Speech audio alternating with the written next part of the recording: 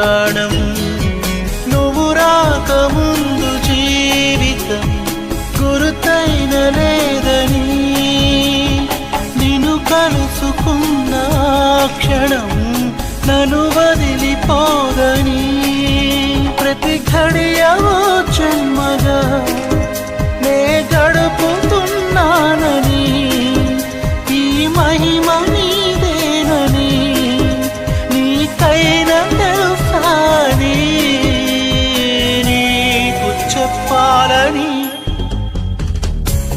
ఒకే ఒక మాట మదిలోన దాగుంది మౌనంగా ఒకే ఒక మాట.